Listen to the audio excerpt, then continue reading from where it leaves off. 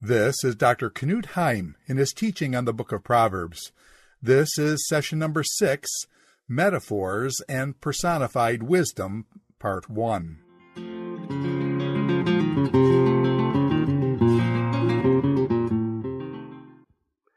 Welcome to Lecture 6 on the biblical book of Proverbs. In this lecture, and in the following lecture, Lecture 7, I will be looking in each of them at two aspects of the biblical book of Proverbs, all to do with the personification of wisdom in chapters 1 to 9. So Lady Wisdom acting as if, the cognitive intellectual virtue of wisdom behaving on the pages of this book as if it was a woman, a human being, a female human being. But in order to explore this more fully, I will also, first of all, start with a deeper exploration of modern metaphor theory that will then help us to understand the metaphor of personification with regard to wisdom. And we will do this in two parts, so Metaphor Theory 1 and Personified Wisdom 1 in Lecture 6, and then Metaphor Theory 2 and Personified Wisdom 2 in Lecture 7. There is a revolution going on, a revolution in our understanding of what it is to be a human being. At stake is nothing less than the nature of the human mind. So the words of George Lakoff, a key player in metaphor studies. Summarizing Western thought about thought until the last quarter of the 20th century, Lakoff continues, and I quote, "For centuries, we in the West have thought of ourselves as rational animals whose mental capacities transcend our bodily nature. In this traditional view, our minds are abstract, logical, unemotionally rational, consciously accessible, and above all, able to directly fit and represent the world. Language has a special place in this view of what a human is. It is a privileged, logical symbol system internal to our minds that transparently expresses abstract concepts that are defined in terms of the external world itself." End quote. Yet in recent decades, analytical cognitive scientists and computer scientists have compiled empirical evidence which demonstrates that mind and body are inextricably linked. I quote from Lakoff again. "Thought is carried out in the brain by the same neural structures that govern vision, action, and emotion. Language is made meaningful via the sensory, motor, and emotional system which define goals and imagine, recognize, and carry out actions. Now, at the beginning of the 21st century, the evidence is in, the ball game is over, the mind is embodied." End quote. The following paragraph summarizes the result of this paradigm shift in our understanding of understanding. The embodiment revolution has shown that our essential humanness, our ability to think and use language, is wholly a product of our physical bodies and brains. The way our mind works, from the nature of our thoughts to the way we understand meaning and language, is inextricably tied to our bodies, how we perceive and feel and act in the world.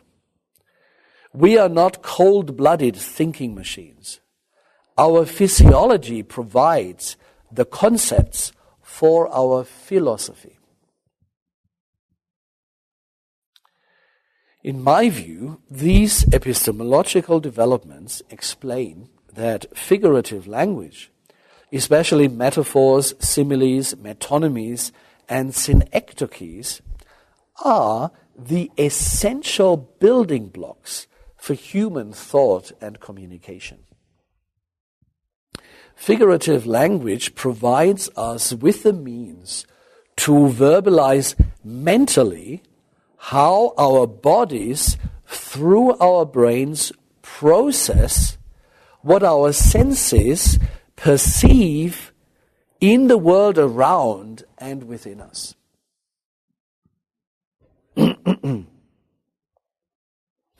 The outcome of this embodiment revolution for practical human living is, in Lakoff's terms, relevant to all areas and aspects of life. I quote again.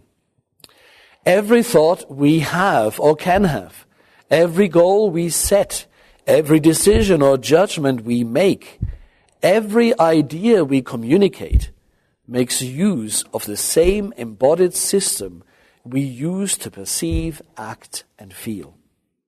None of it is abstract in any way, not moral systems, not political ideologies, not mathematics or scientific theories, and not language, and not theology, I want to add. Lakoff says all this in his foreword to a book by one of his own students, Benjamin Bergen, entitled Louder Than Words, The New Science of How the Mind Makes Meaning, from 2012. In that volume, Bergen explicitly acknowledges his indebtedness to Lakoff's work, and the somewhat triumphant tone of Lakoff's foreword suggests at least some awareness of his own contribution to the epistemological upheaval. Let me give you a short summary of the history of our thinking about metaphor in the last 35 years or so. The first edition of the Cambridge Handbook of Metaphor, entitled Metaphor and Thought and edited by Andrew Ortoni, had appeared in 1979, 1 year too early for the breakthrough monograph on metaphor theory by Lakoff and his colleague Johnson. Even in the second edition of the Cambridge Handbook, 14 years later in 1993, there was only passing reference to Lakoff and Johnson's breakthrough monograph, Metaphors We Live By, although that volume at least actually had a contribution by Lakoff, who was now beginning to become recognized as a player in the field. It was not until 2008 when the third edition of the Cambridge Handbook, edited now by Raymond Gibbs, appeared, that the full impact of Lakoff and Johnson's work could be felt on almost every page and from the hand of every contributor to the volume. Lakoff and Johnson's work was now recognized for what it was. Their volume, Metaphors We Live By, since then joined by a follow-up monograph entitled More Than Cool Reason from 1989, which Lakoff co-authored with Max Turner, now defined the state-of-the-art of metaphor studies.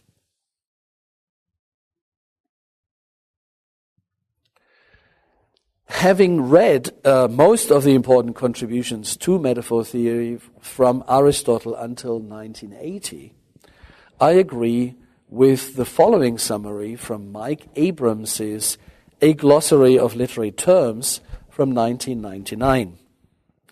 It is a salutary reminder that while most humans are competent users of their native language and regularly and competently employ metaphors in daily life, our philosophers and our interpreters and scholars of literature including the Bible, have until recently understood very little about metaphor. I'll quote from Abrams. After 25 centuries of attention to metaphor by rhetoricians, grammarians, and literary critics, in which during the last half-century they have been joined by many philosophers, there is no general agreement about the way we identify metaphors, how we are able to understand them, and what, if anything, they serve to tell us. End quote. This evaluation of the history of intellectual engagement with the phenomenon of metaphor is appropriate and instructive. Abrams' verdict is all the more sobering in view of the fact that the question of how we identify, understand, and apply metaphors were the actual foci of inquiry in metaphor studies of the first 3/4 of the 20th century. Here is Lakoff and Johnson's summary of the main tenets of metaphor studies before 1980. First, metaphor is a matter of words, not thought. Metaphor occurs when a word is applied not to what it normally designates, but to something else. Second, metaphorical language is not part of ordinary conventional language. Instead, it is novel and typically arises in poetry, rhetorical attempts at persuasion, and scientific discovery. Third, metaphorical language is deviant. In metaphors, words are not used in their proper senses. Fourth, conventional metaphorical expressions in ordinary everyday language are so-called dead metaphors. That is, expressions that once were metaphorical but have now become frozen into literal expressions. Fifth, metaphors express similarities. That is, there are pre-existing similarities between what words normally designate and what they designate when they are used metaphorically. Now remember, these 5 points are really part of the older ideas of metaphor, not what we have come to discover in the last 35 years since Lakoff and Johnson's work. Among many other important insights that I do not have time to address here in this lecture, I want to highlight the following 3 errors in traditional metaphor theory and metaphor interpretations. First, exclusive focus on so-called novel or bold metaphors was misguided. Secondly, and conversely, so-called dead metaphors are very much alive and do in fact form the backbone of human thought and communication. So what has been dismissed in older theories, in the new understanding of metaphor theory, is probably the most important thing about metaphors.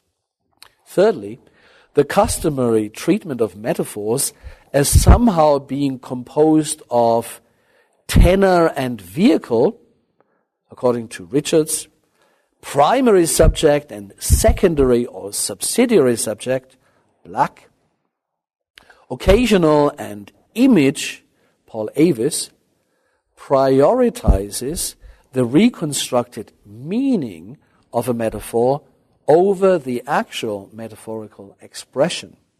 And I believe this is a mistake. I now turn to Lakoff and Johnson's work and its impact specifically. What then is the contribution of Lakoff, Johnson, and Turner's work to modern metaphor theory? What is so special about their work? Since the publication of their seminal book, Metaphors We Live By in 1980, George Lakoff and Mark Johnson have exercised a profound influence on the development of metaphor theory. In their book, they make the following proclamatic affirmation, which is not dissimilar to many other descriptions of metaphor. And I quote, it's just one line. The essence of metaphor is understanding and experiencing one thing. The essence of metaphor is understanding and experiencing one kind of thing in terms of another. That's it. This may seem unassuming and non-controversial at first, but the way they develop this has massive consequences for metaphor theory. There are two realms of meaning. One of these is closer to our experience, while the other is what we are exploring with the help of a metaphoric expression.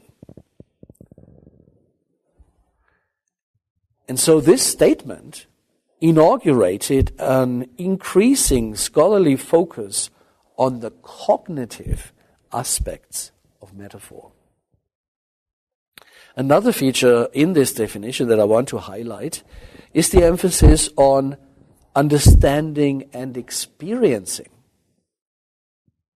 This definition emphasizes that metaphors are more than ornamental. Rather, they contribute to understanding, and they do so by helping us not only reflect on what is being said, but experience it. There is a multi-sensory cognitive aspect to metaphor. Another important recent insight concerns the relationship between conventional metaphors and so-called novel metaphors. Drawing on the results of More Than Cool Reason, Lakoff and Turner conclude that most, if not all, metaphors are conceptual, in that they belong to a complex and highly structured system of conventional metaphors. And novel metaphors arise naturally from this system. I quote, "The major point to take away from this discussion is that metaphor resides, for the most part, in this huge, highly structured, fixed system, a system anything but dead. Because it is conventional, it is used constantly and automatically, with neither effort nor awareness. Novel metaphor uses this system and builds on it, but only or rarely occurs independently of it. It is most interesting that this system of metaphor seems to give rise to abstract reasoning, which appears to be based on spatial reasoning." End quote.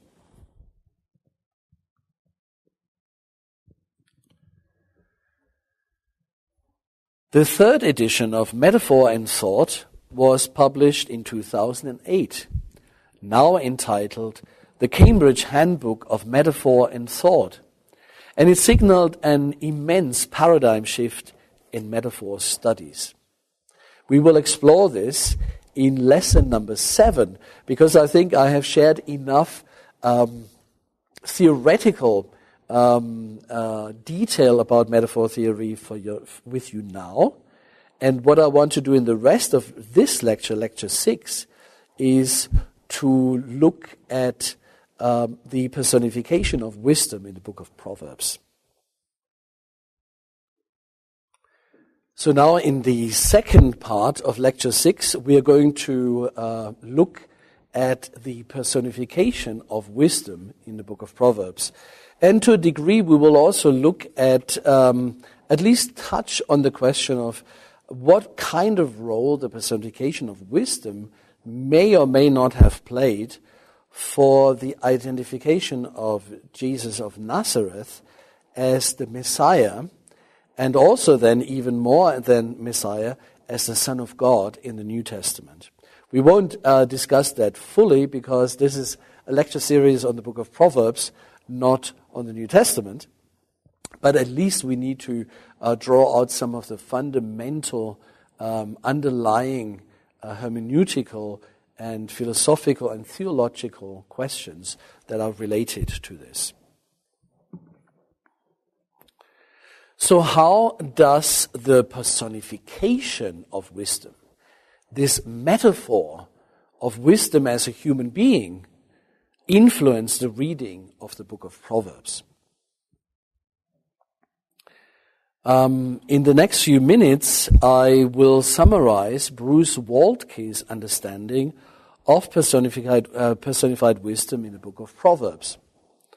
His analyses of the individual texts are to a degree integrated later on with my treatment of the particular texts in Proverbs as they mention personified wisdom.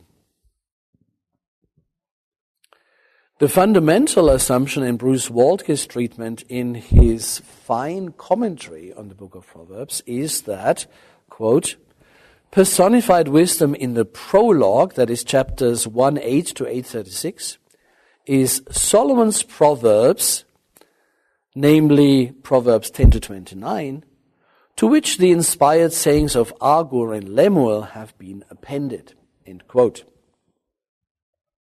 In detail, Waltke differentiated between her persona or guises and the reality behind them. Outside of the key passages in Proverbs 1, 20 to 33 and Proverbs 8, 1 to 36, woman wisdom is personified as a guide in 6:22, a beloved sister or bride in 7 verse 4, and a hostess in chapter 9 verses 1 to 6. Waltke interpreted chapter 1 verses 20 to 33 in the light of chapter 8, 1 to 36, because only in those two passages wisdom pronounces extended speeches at the city gate, employing similar language. I quote from Waltke. If that possible equation is accepted, she is represented as begotten by God in primordial time, and so distinct from him and not eternal, end quote. Nonetheless, there seems to be a slight tension in Waltke's argument. He rejected other identifications of wisdom as various types of women because, quote, none of these does justice to her prophetic, teaching, and divine roles, end quote. Waltke enumerated most of the many and varied identifications of personified wisdom that have been made in recent scholarship, and concluded that, quote, the sage represents wisdom as a unique woman who wears the mantle of a prophet, carries the scrolls of wise men, and wears a goddess-like diadem, end quote. And he cited approvingly Michael Fox's comment, who in turn had followed the work by Claudia Kamp. I quote again, Lady Wisdom can gather a variety of phenomena from the mundane and literary domains without herself representing any single known reality, end quote. The three key characteristics of wisdom in Waltke's understanding are, first, prophetic, second, sapiential, and third, divine.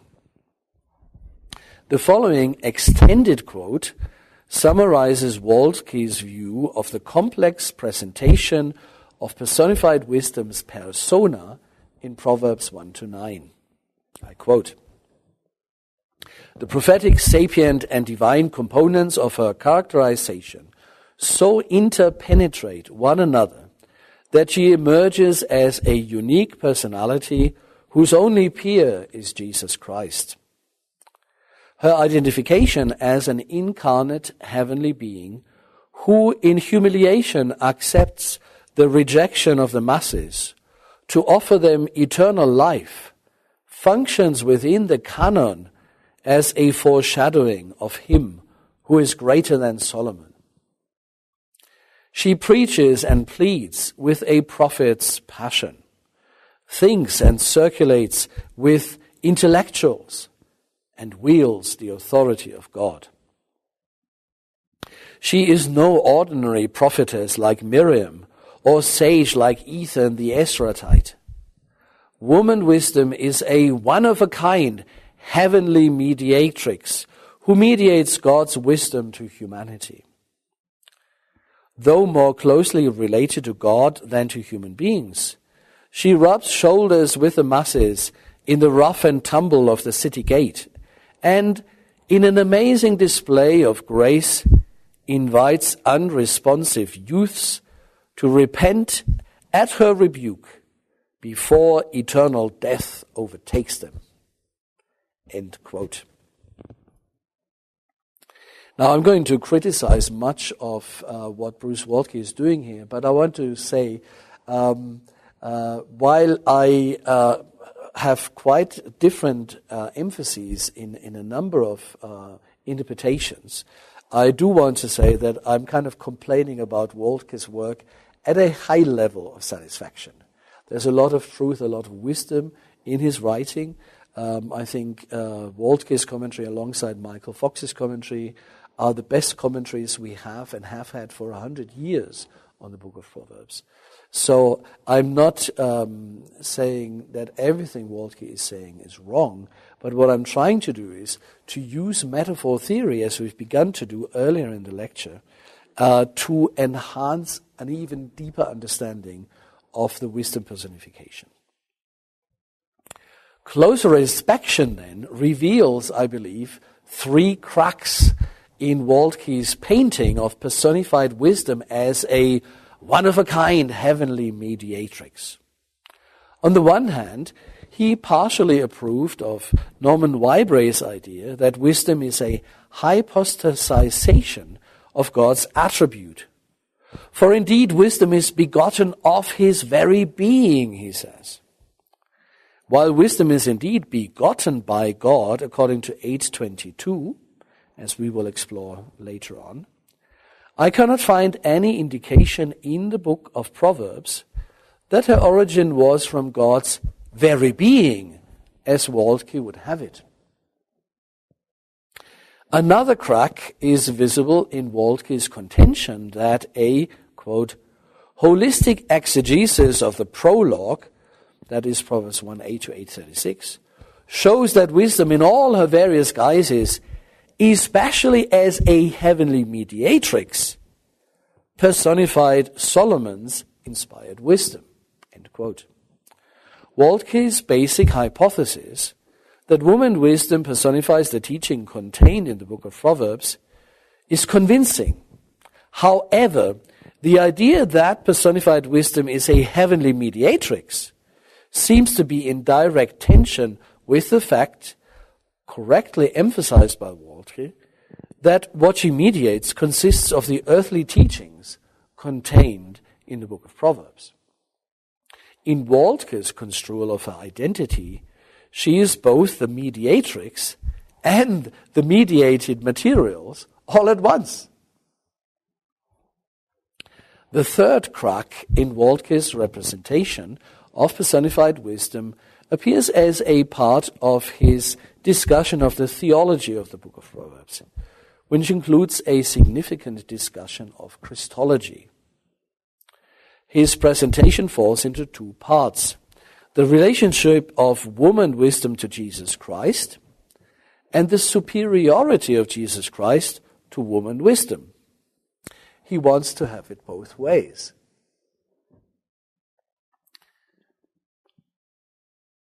In a brief survey of how Christians theologians understood the relationship between wisdom and Jesus Christ, Waltke highlighted that since Justin Martyr, AD 125, most Christians identified Sophia, the Greek translation of the Hebrew word for wisdom, with Jesus Christ.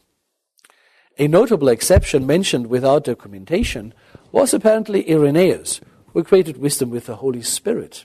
A very interesting thought. The basis for this equation of wisdom and Christ was the overlap between the 2 figures in 2 crucial characteristics. Both were described in biblical texts as pre-existents and as agents in creation. The texts mentioned as relevant by Waltke are Proverbs 3:19 to 20, chapter 8, verses 22 to 31, and John 1, verse 3, 1 Corinthians chapter 8 verse 6, Colossians chapter 1 verses 15 to 16, Hebrews chapter 1 verse 3. Waltke contended, however, that a grammatico-historical exegesis of Proverbs 8 does not support patristic exegesis.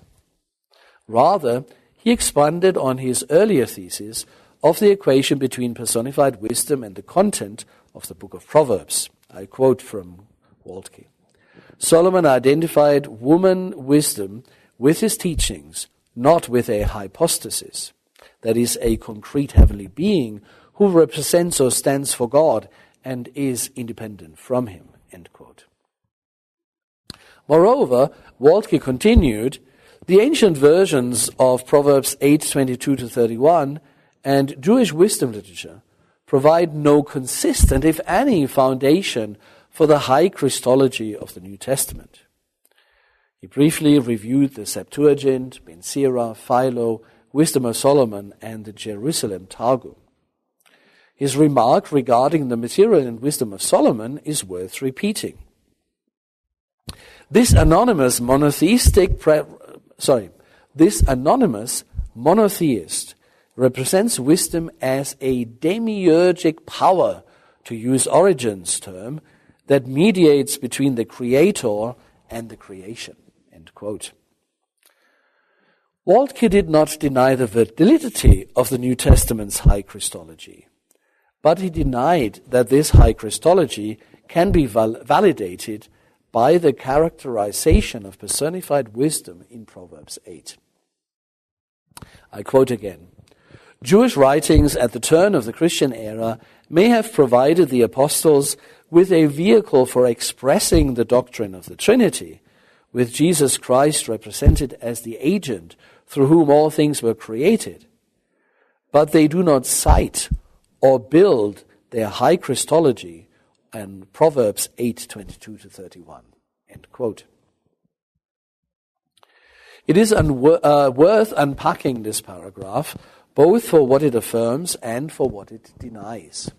First, Waltke affirms that Jewish writings, which elaborated on personified wisdom in Proverbs 8:22 to 31, influenced how the writers of the New Testament portrayed Jesus of Nazareth. Second, Waltke denies that the writers of the New Testament cited Proverbs 8:22 to 31. Third, Waltke denies that the writers of the New Testament were influenced by Proverbs 8:22 to 31 when they developed their high Christology of Jesus of Nazareth. I agree with what Waltke affirms, statement 1. Waltke's first denial is equally non-controversial. The writers of the New Testament indeed did not quote Proverbs 8:22 to 31. However, I disagree with Waltke's contention that Proverbs 8:22 to 31 did not influence the New Testament's writers' views of Jesus of Nazareth.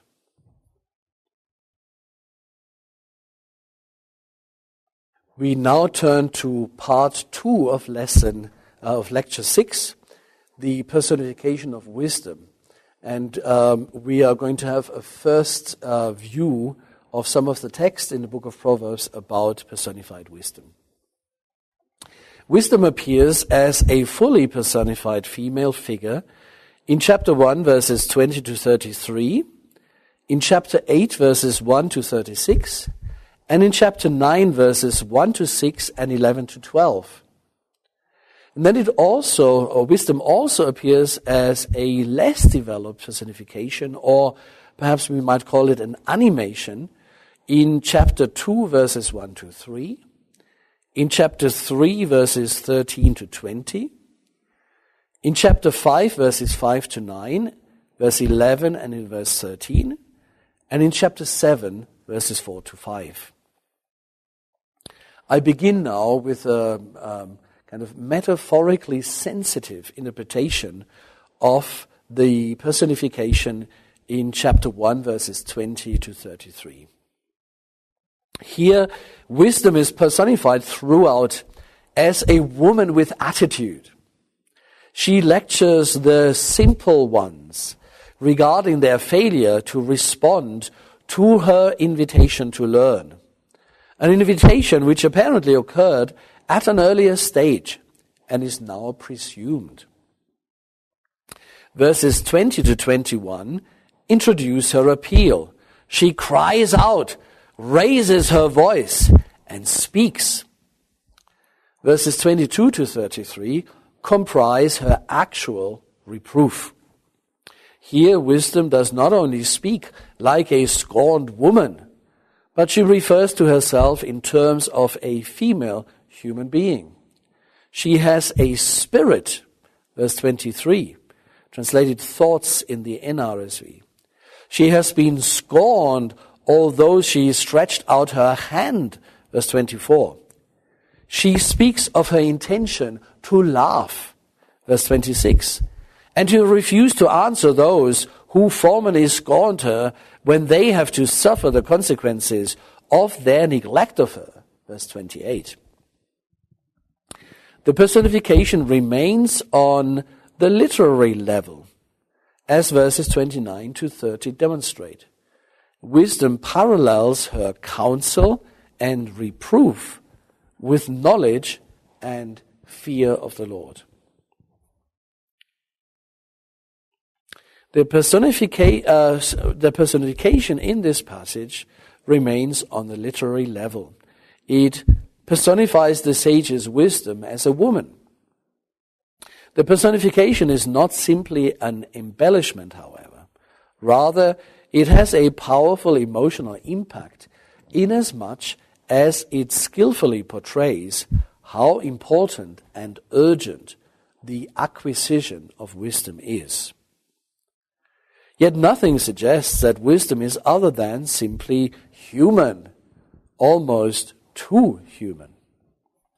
Her exasperation, however, does not indicate weakness of character, but serves to highlight the danger of refusing wisdom as well as her vulnerability, born out of a deep desire for humans to learn. Wisdom here is not divine, although she is associated with the Lord via the expression fear of the Lord and through her manner of speech, which resembles that of many Old Testament prophets. What then is the impact of this personification? Michael Fox, in his commentary, has a helpful summary. I quote, Lady Wisdom's first discourse deals with people's attitudes rather than deeds. The focus here is the inner person. In all of her speeches, rather than explaining what deeds are good or bad, wisdom demands a basic stance to wisdom herself, or wisdom itself. A loving openness to wisdom's message, whether this is sweet or harsh, alongside a dread of the consequences of rejecting it. This attitude is requisite to learning. It motivates efforts and enables absorption of the lessons. Without it, even superficial learning is unlikely, and knowledge cannot be translated into action. Other interludes will emphasize the right stance. This one seeks to scare us away from the wrong one. The last sentence in this quotation highlights the rhetorical intention behind personified wisdom's scornful words. The wisdom of the book of Proverbs is important for life. And the poet who wrote this beautiful and urgent appeal makes wisdom quite literally come alive in order to motivate the readers to learn with passion and dedicate themselves to the intellectual and religious enterprise. We now move on to Proverbs chapter 2, verses 1 to 3. The whole chapter 2, contains an extended if clause. In a series of synonyms, the speaker identifies his teaching with wisdom in verses 1 to 2. My son, if you accept my words and my commandments, making your ear attentive to wisdom and inclining your heart to understanding. The protasis, the consequence of the if condition, continues in verse 3, which then contains the personification. If you indeed cry out for insight and raise your voice for understanding, and then extends to verse 4, where two similes reify the brief animation of wisdom and its synonyms, namely insight and understanding, by comparing her or it to silver and hidden treasures. There is an interesting interaction between the personifications and the reifications in verses 2 to 4. I should probably just stop here for a moment and explain a reification is a technical term for the opposite of a personification. A personification makes a thing or an abstract reality into a living being, a human being. A reification turns a living being, often a human being, into a thing. It objectifies. So, as I said, there is an interesting interaction between the personifications and the reifications in verses 2 to 4. The phrase is, making your ear attentive to wisdom and inclining your heart to understanding, if you indeed cry out for insight and raise your voice for understanding, that's the personification in verses 2 to 3, evoke a relationship with a treasured and important person, a relationship that flourishes through two-way communication and active pursuit of the liaison. The phrase is, if you seek for it like silver and search for it like hidden treasures, that is the reifications in verses 4, imply that a great deal of effort and sacrifice must be expended to get the desired result, namely learning. So verses 1 to 2 equate the Father's teaching with a personification of wisdom that proceeds from God himself. See verse 6. This teaching view extends beyond the actual words in Proverbs 2. The words in view are the admonitions and sayings in the collections that follow, for there are no commands in this chapter.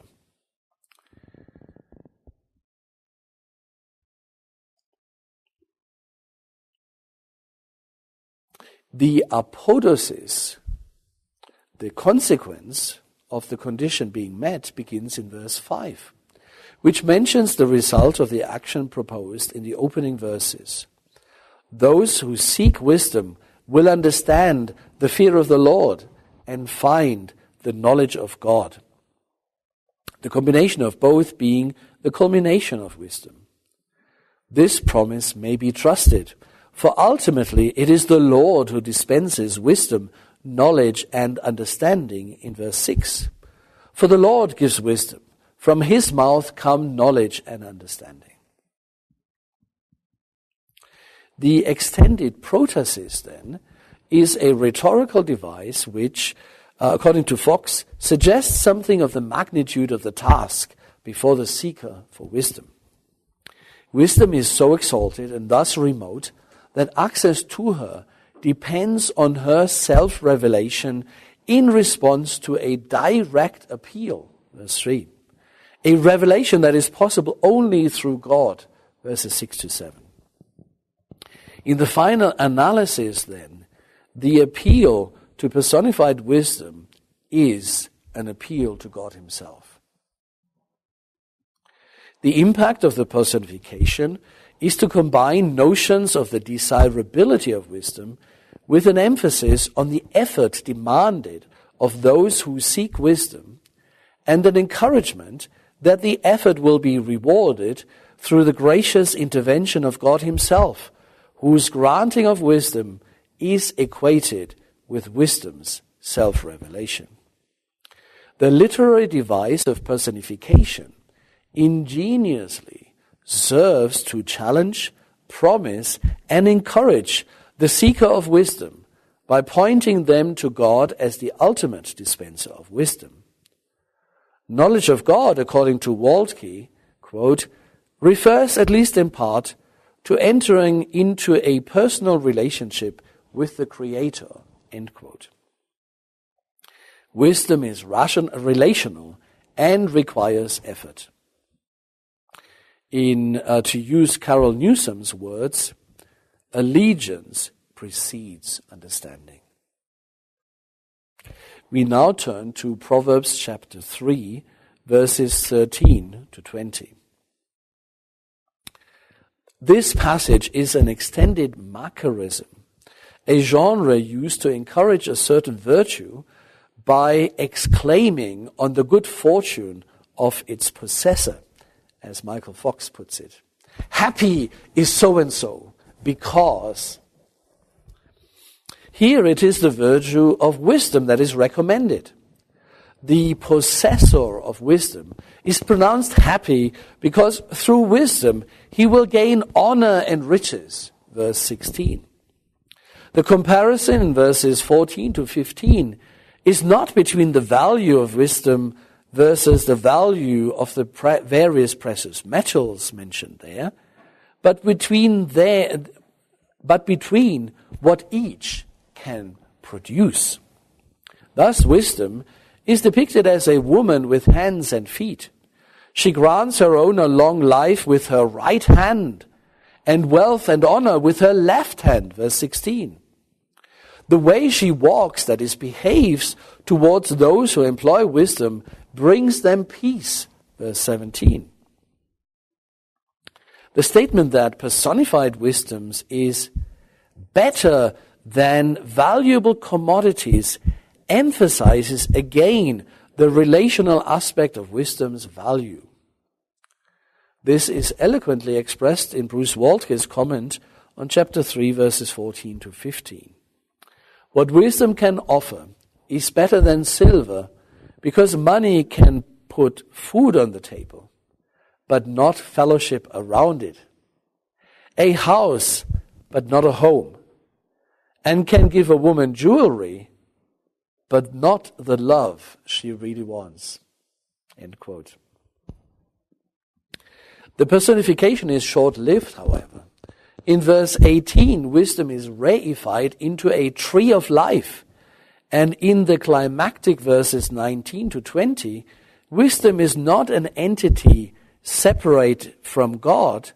Rather, the wisdom through which the Lord founded the earth is one of His virtues. It is by His knowledge, in parallel with wisdom and understanding, that the world was created. Very similar, by the way, to the equally climactic statement in Psalm 104, verse 24. Thus, the ultimate reason why the wise may count themselves happy is because with wisdom they have in hand the very virtue that God used in creation. What better guarantee for success? Again, the personification remains on the literary level.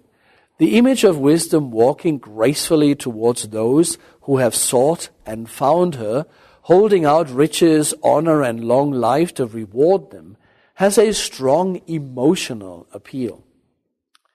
Yet wisdom is neither an independent entity in her own right, nor a human virtue independent from God. Wisdom is here one of God's main character traits, and in seeking wisdom, humans seek God's wisdom. Bruce Waltke rightly noted that verses 19 to 20 presuppose that personified wisdom precedes creation, a point to which we will return when we will look at Proverbs 8 in lesson 7. Here then, we have a brief literary personification of wisdom where she is a pre-existent divine attribute. This point is not emphasized in Proverbs 3, but we will return to this point later when we will look at the significance of wisdom's pre-existence in Proverbs 8. I now turn to Proverbs chapter 4, verses 5 to 9 and verses 11 and 13. Similar to Proverbs 2, 1 to 3, wisdom is identified with the Father's teaching in verse 5, since wisdom and insight are parallel to the words of the Father. In verses 6 to 9, wisdom is depicted as a woman who places a garland and a crown on the one who acquires, verses 5 and 7, cherishes, verses 6 and 8, embraces, verse 8, and keeps her, verse 6. Verses 11 and 13 are also part of the personification, since the feminine pronominal suffix in verse 13 refers back to the word wisdom in verse 11. The imagery speaks of the relationship between a man and a woman, but it is not typical of a husband and his wife as traditionally perceived in Israel. Contrary to modern stereotypes of ancient attitudes, wrote Fox, it is the metaphorical woman who is the protector, the one who keeps and guards and shields her protege. End quote. Personified wisdom takes the dominant role. But this is not an indication that ancient attitudes generally reckoned women on a par with men or envisaged women as their husbands' patronesses on a regular basis, as Fox seems to think. Rather, personified wisdom's role in the relationship constitutes a deliberate role reversal to indicate her worth and so to kindle the young man's admiration for her. Lady Wisdom's dominance may suggest a mother figure, especially if the personification only begins with verse 6. Nonetheless, the fact that the son is to acquire her is a metaphorical statement that suggests he should instigate a husband and wife relationship with her, as the following thoughts will demonstrate.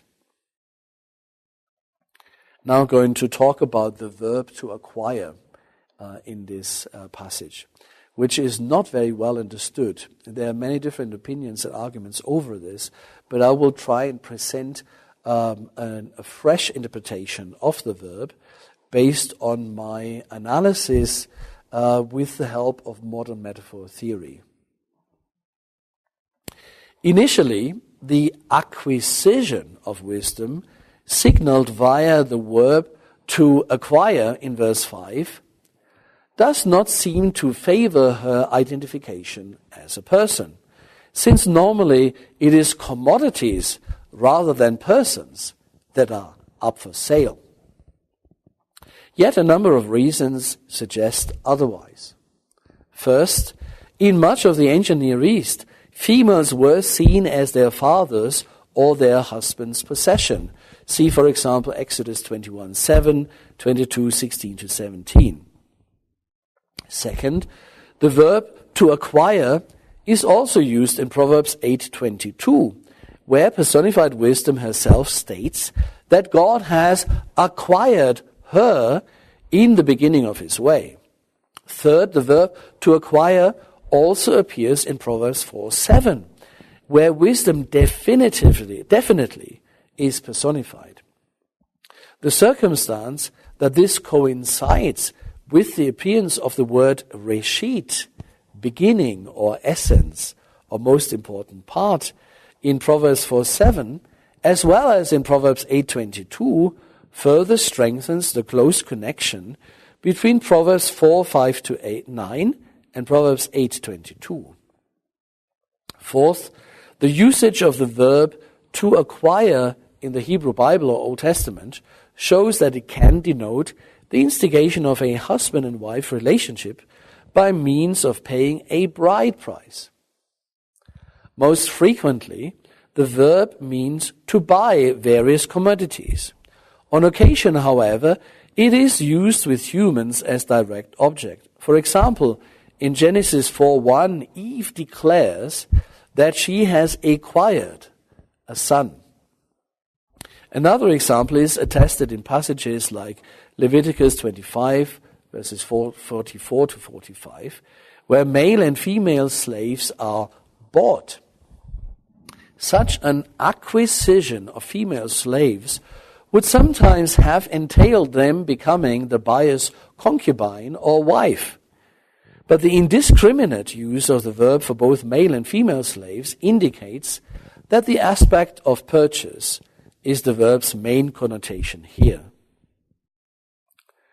Most relevant to our discussion is Boaz's purchase of Ruth in Ruth chapter 4. In Ruth 4 verse 10, Boaz declares, "I have also acquired Ruth the Moabite, the wife of Machlon, to be my wife." Here a man's acquisition of a female is explicitly stated as leading to a husband and wife relationship, and for the speaker the aspect of marriage is clearly in the foreground. Nonetheless, as the wider context makes clear, even here the aspect of purchase for a price is implied and explicitly stated. Earlier in the transaction, Boaz had told his relative, "The day you acquire the field from the hand of Naomi, you are also acquiring Ruth the Moabite, the widow of the dead man, to maintain the dead man's name on his inheritance." Ruth 4 verse 5. The acquisition of the woman Ruth is part of a deal involving the sale of land, in line with levirate law. The verb to acquire is used indiscriminately of commodity and of a woman, even though the acquisition of the woman clearly entailed that the purchaser would marry her. The same entailment can be seen in Boaz's own declaration of purchase. He publicly declared, "Today you're witnesses that I have acquired from the hand of Naomi all that belonged to Elimelech and all that belonged to Chilion and Machlon." Ruth 4 verse 9. The reference to all that belonged to the three deceased men here included Ruth, who, as his wife, had been in the possession of Elimelech's son. So then this brief survey of how the verb to acquire was used in the Hebrew Bible shows that the verb could and regularly did refer metaphorically to the instigation of a husband and wife relationship. But it also shows that the aspect of paying a price to establish the relationship is usually present. We will return to this dual aspect of the verb later when we consider its precise meaning in Proverbs chapter 8, verse 22. For now it suffices to point out that the Father's recommendation to acquire wisdom is a metaphorical statement, urging him to pay whatever bride price necessary to obtain wisdom for his bride. The statement, "Acquire wisdom, acquire insight, do not forget, nor turn away from the words of my mouth," in Proverbs 4 verse 5, therefore envisages that the son should win wisdom for his bride. Since wisdom is not a real woman, however, the bride price is not to be taken in a literal sense. Rather, the implied payment is a metaphorical way of saying that the son needs to give his all, as verse 7 makes clear. The beginning of wisdom is acquire wisdom. In exchange for all your acquisitions, acquire insight. In line with the metaphorical use of to acquire, this statement is hyperbolic and not meant to be taken literally. The son needs to make the utmost effort to obtain wisdom through a conscious effort to remember and obey the father's words. The same idea is expressed in a number of other passages in the book of Proverbs where the verb to acquire is used to express the process of becoming wise. So, for example, in Proverbs 23, verse 23, it says, acquire truth and do not sell it. Acquire wisdom, instruction, and understanding.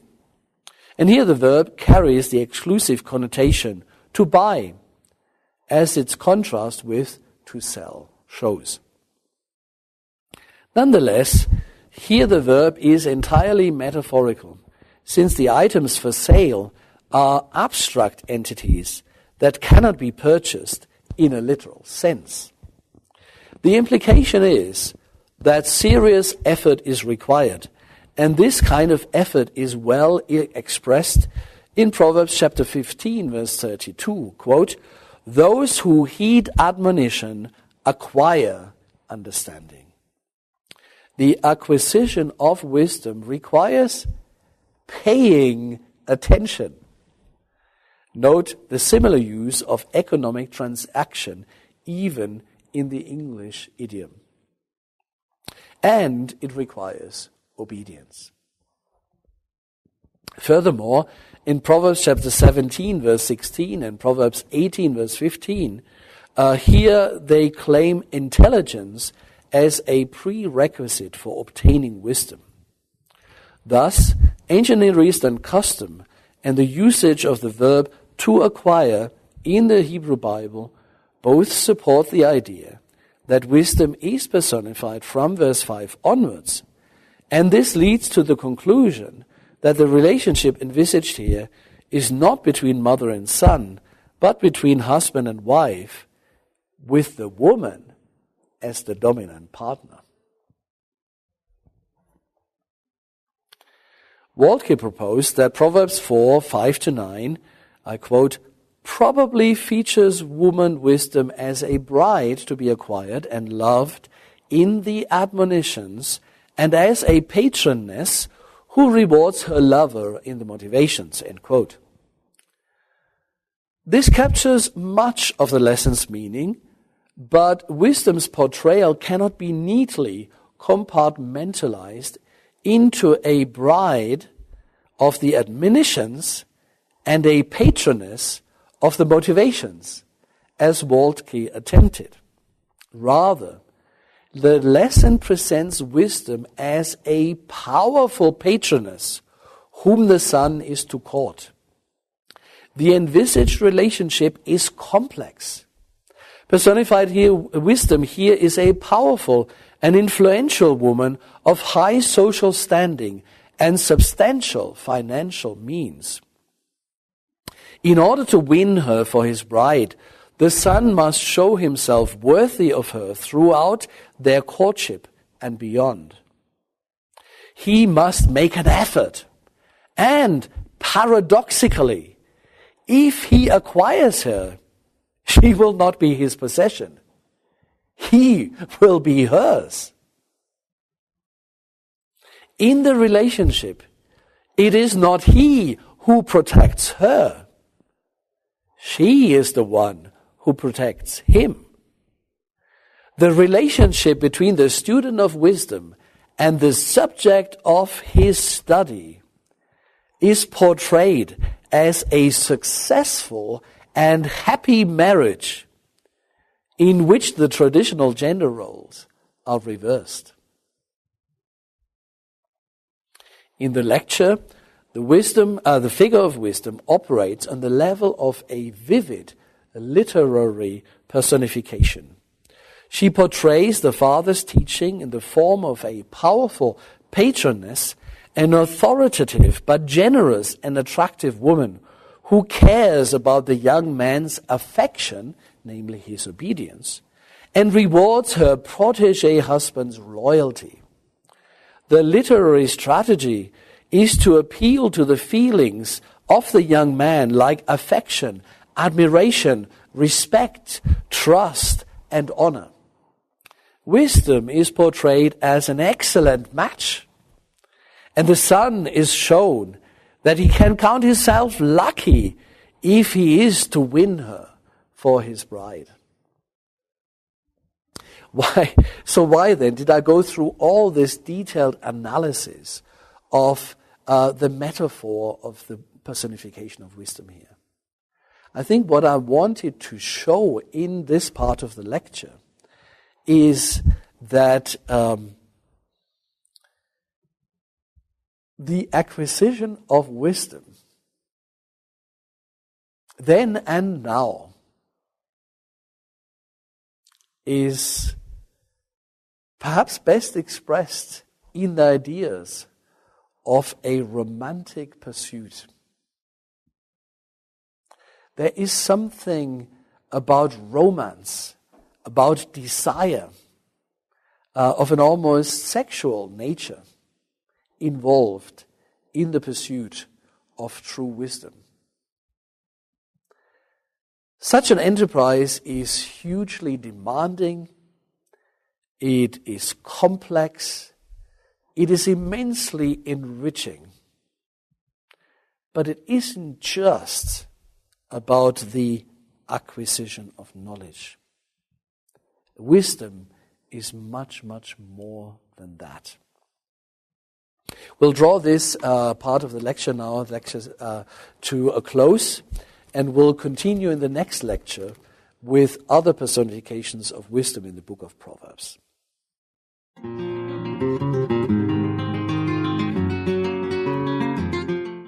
This is Dr. Knut Heim in his teaching on the book of Proverbs. This is session number 6, Metaphors and Personified Wisdom, Part 1.